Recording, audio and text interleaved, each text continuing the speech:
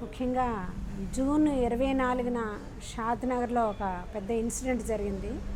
అది నిన్నే వెలుగులోకి వచ్చింది.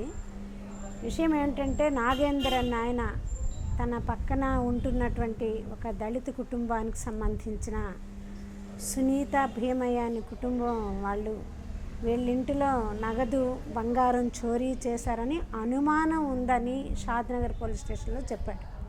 వాళ్ళు ఖచ్చితంగా తీసేశారని కూడా ఆయన చెప్పలేదు. దానికి ఎటువంటి రుజువులు సాక్ష్యాలు ఏమీ లేవు. అనుమానం ఉందని చేస్తే కంప్లైంట్ చేస్తే ఫిర్యాదు చేస్తే దాన్ని ఆసరాగా తీసుకొని అక్కడ డిఐ రామరెడ్డి అన్న ఆయన డైరెక్ట్గా వచ్చి దళిత కుటుంబం మీద భయంకరంగా దాడి చేయడం జరిగింది. వాళ్ళ ముగ్గురిని పోలీస్ స్టేషన్కి తీసుకెళ్ళి ఆమెని విచక్షణారహితంగా భర్తని బయట పంపించి కొట్టడం జరిగింది. ఆ చిన్న పిల్లాడు వాళ్ళ కొడుకు 13 సంవత్సరాల పసి బిడ్డ మీద కూడా వాళ్ళు లాఠీచార్జ్ చేశారు. ఆమె స్పృహ కోల్పోతే ఎవరైతే ఫిర్యాదు చేశారో నాగేంద్ర అన్న ఆయన అప్పటికప్పుడే ఒక కారులోని ఆమెను ఎక్కించేసి ఇంటికి పంపించేశాడు. అయితే మరి ఆమె దొంగతనం చేసినట్టు ఉంటే మరి 13 రోజులైనా ఆమెకు అరెస్ట్ చేయకపోవడానికి కారణం ఏంటనేది ఈరోజు సమాజం అడుగుతుంది.